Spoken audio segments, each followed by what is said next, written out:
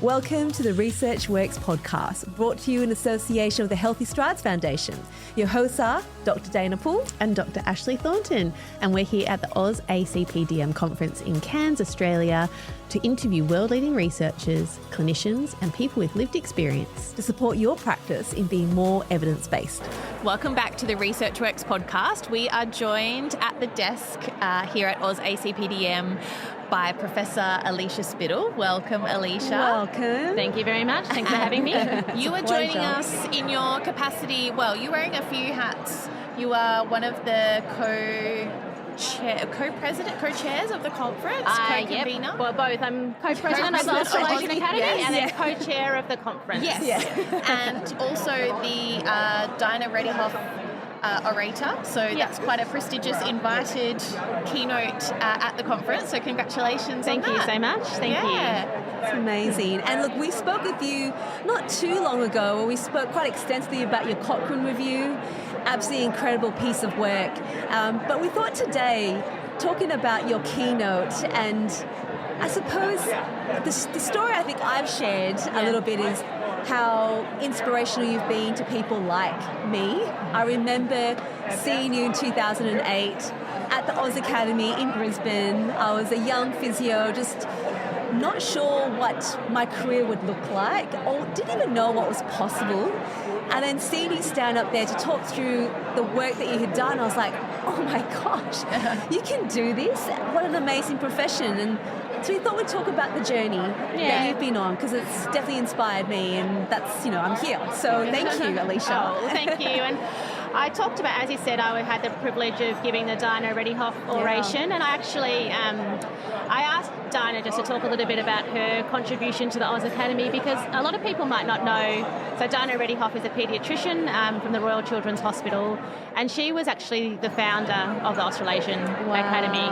And amazing. I just wanted to reflect on how what impact one person can make. Yeah. But one person then reaching out and working with others. And she's done an amazing job to go from first having a satellite meeting at the Royal Children's Hospital to now we're in Cairns with almost 500 people in person, another 150 online. Yeah. And just thinking about how you can take one step, but then how things can snowball as well. And so then reflecting on my career, because my first conference presentation was actually at an Australasian Academy meeting, and it was one of the very early ones. And at the time, my head of department, Anne McCoy, who helped Dinah actually set up the Oz Academy, she's like, you need to present your master's research. And I was like, I don't want to present, I'm not good enough. So just put something in, I'll help you. And I actually did which a lot of people wouldn't know, I did my master's on Duchenne's muscular dystrophy and fractures, so completely different area.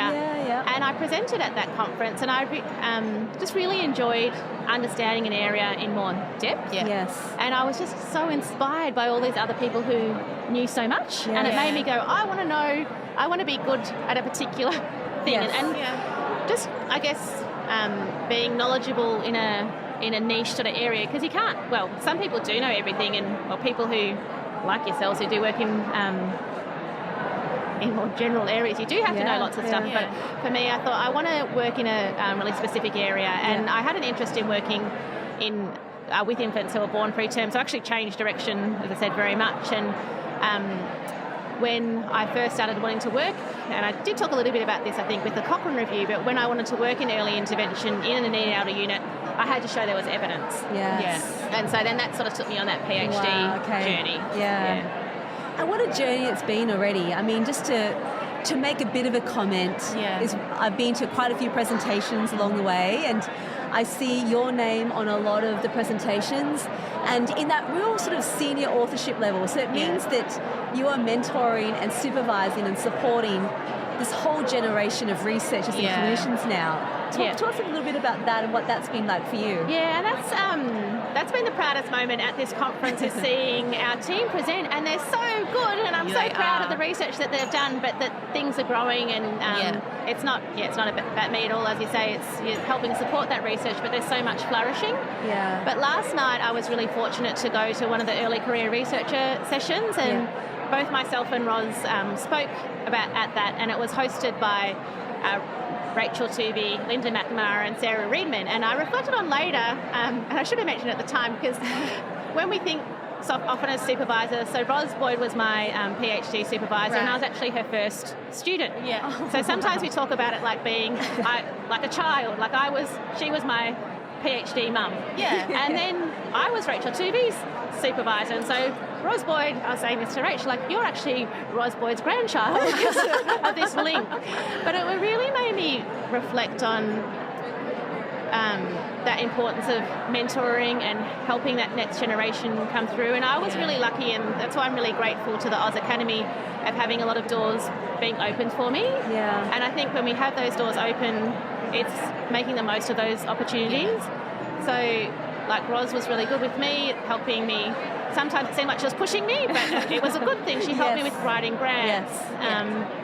And also introducing me to other people and saying, why don't you present at this? And then you present and you're like, I really enjoyed that, and I learned how to stand on my own 2 feet. And now I'm in a situation in my career where I've got these skills, and then I can help the next generation coming through. But the good thing about it is they're becoming specialists in their own area. So throughout this conference, I won't name all of our team because I'll forget someone, but I'm really proud because they're much better at than me. The co-design work that we're doing, the qualitative work that we're doing, and that there's so much that needs to be done, so that it's not about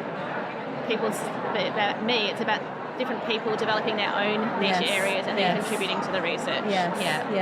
I'm so glad you brought up co-design, because I feel like that's something that's come through really strongly. It has. You know, obviously for your team, but across the conference as a whole, we're hearing so much more about co-design, and we know, that's so critical if we want to actually implement what we find from a research perspective. And that's what I said during my talk too, is like, I look back at the change that's happened in the 16 years it has been since I presented my PhD, but that time that it takes to go from knowledge or fundamental basic science into actually clinical practice. And I hope that people can reflect, what's the next 16 years going to look like? But for me, I think we'll look back and go, remember the time researchers used to make up research questions or have a research project and didn't actually involve consumers or people with lived experience? Like, it will just seem, I think it will seem absurd, particularly in our field. And I think it'll be one of those things where we look back and just go, I can't believe that we used to do that. And we're already heading in that direction. As you say, for things to be implementable. And that's what I've learned throughout my career, because when I did do my PhD, we did a randomised controlled trial of a home-based intervention, and it was effective at improving parental well-being and the child's behaviour, but it wasn't implemented because we didn't have the resources to have a psychologist and a physiotherapist going to people's houses. And so we need to think about co-designing interventions that are going to be not only feasible from a financial aspect, but feasible for families to implement as well. It's that sustainability part that has also come through so clearly, because we don't want to do research for research's sake. There's a lot of resource that is then wasted in the end. So co-design is an important part of it, but it's also just trying to think beyond where the research is headed, like what problem are we actually solving? Absolutely. And can we actually put this into practice? Because otherwise it's just a darn shame to go, oh, that's a great outcome, but what's the point? And that's where I think even with thinking about what's our research question, is it actually meaningful to the people who it's going to have an influence on, rather than, of course we can study anything and we might find an effect in a study or find a correlation between this and that, but so what? And that's sometimes we can get so stuck in our own fields and in our own areas that we need to have that broader perspective, and I think that will be the thing that really changes into the future. Do you think the role of, you just mentioned some of your students or some of the people on your team as well doing qualitative research. We love qualitative research, and we've seen that on the rise lately.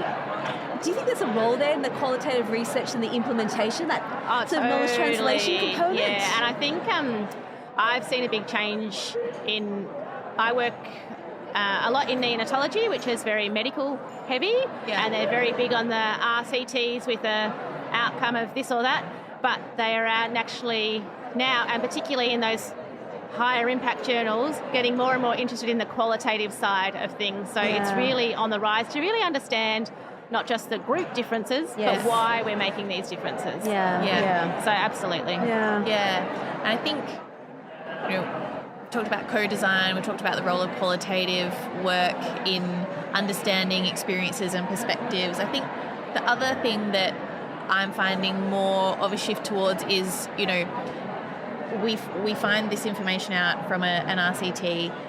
Is that necessarily how we would run it in a clinical practice? Because it's how not do we make this feasible. feasible? How do we make it sustainable? Because I feel like that sustainability piece is still, being done to a certain extent, but I think, there's a lot of really great ideas that fall down because there's not a plan for sustainability. Absolutely. And so we have to go back when we look at different research study design. You can go to like a phase 3 RCT, like a big RCT, but we actually need to go back to do the feasibility trials to see, can therapists implement this intervention? Can families implement it, or do they even like it, even if they can implement it? Then go, okay, it's feasible. Then test it, not test something that was never feasible in the first place. So I think we're going to, exactly, it's research waste. So I think we're more putting value as well on those smaller feasibility studies, whereas in the past, like, no, you have to do a big RCT. It's like, let's just find out it's feasible first, rather than showing on no difference. Well, what a waste, because it wasn't feasible in the first place, or it didn't make sense in the first place. What advice is it that, you have these amazing PhD students who I see now going on to be postdocs.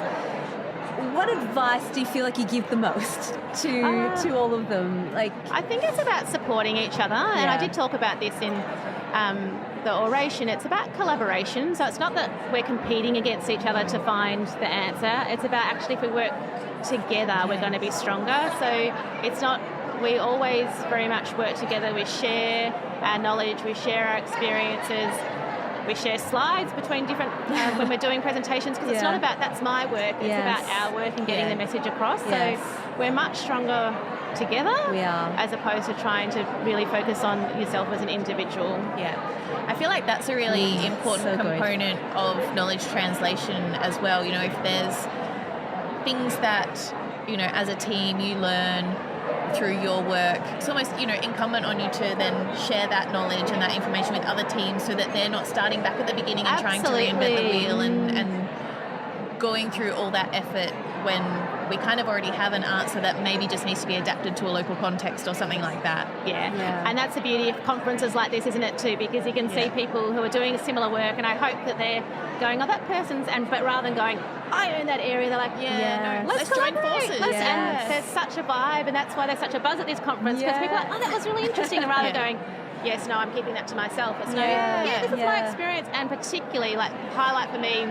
of the conference has been, or one of the highlights is the low and middle income research and the different implementation that's going on there, and some of the common themes. But again, because of limited resources, they know how to collaborate, because you don't have the resources to reinvent the wheel, and they just want to focus on, let's get stuff happening. And so the collaboration and the creativity and innovation is just phenomenal, and that's been really exciting to see. And actually to see how far they've come as well. Like in such a short or relatively short amount of time. So there's actually so much to learn there and to be inspired by. And I think the way that you said it is beautiful. I just keep being reminded by, if you're a generous person, that being that you want to work together as a team, your world actually opens up. It's very fuller. But if you do hold on to it, because you're so protective, you don't actually want to collaborate. So your world just gets smaller and smaller, you're isolated, and therefore your impact, which is what we're hoping for, becomes much more limited as well. And I've been really fortunate in my career to have a lot of people open the doors for me, and I really strongly believe in paying it forward. And if we all work like that, it's going to be a better world, right, than, as you say, this insular world. That's right. That was great. Alicia, I can't begin to thank you for the opportunity for us to speak with you today, to be part of this conference in such a meaningful way. We've really been quite woven into the conference, and that has just fostered so much collaboration as well. So even just the partnership here and bringing ResearchWorks on, we're really grateful. Well, absolutely, because we know, a big thank you to ResearchWorks, because we know we're not the best at science communication, and you're really opening the doors again for so many of us, and it's been great. I've noticed that you've been interviewing researchers across that research continuum as well. So you've got the PhD students, the early postdocs, the senior researchers, and you're valuing everyone's voice, but they really value the opportunity to speak to you and to spread the knowledge that we're sharing within the conference, but sharing it to that wider audience. So a big thank you to ResearchWorks as well for being part of our conference, and a big shout out for your award today too, because if we don't communicate our research, it still stays within ourselves, right? So a big thank you to ResearchWorks. Well, we're really grateful to have the opportunity. It's a privilege to help share everyone's work. Small part in lots of moving cogs. That's right. Well, thank you so much again for being on the podcast another time this year, which is brilliant.